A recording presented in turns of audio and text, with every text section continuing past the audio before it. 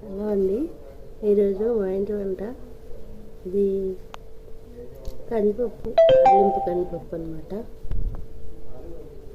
అంటే ఇప్పుడు ఎలక్షన్ ఓటేసి రావడానికి ఓటుకి హక్కు కోసం వెళ్ళాము. ఓటేసేసి వచ్చి తర్వాత చేసుకున్నాను అనమాట. అందుకని తాలింపప్పు వేసేసాను.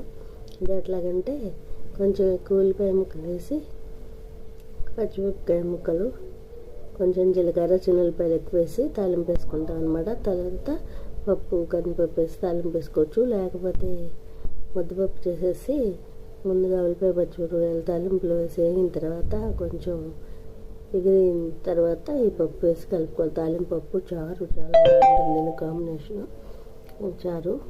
ఆ తర్వాత కొబ్బరి పచ్చడి అనమాట. కొబ్బరి పచ్చడి చేశాను కొంచెం. ఈ తాలింపు పప్పు అయితే ముద్దపప్పు చాలా బాగుంటుంది. ఉల్లిపాయలు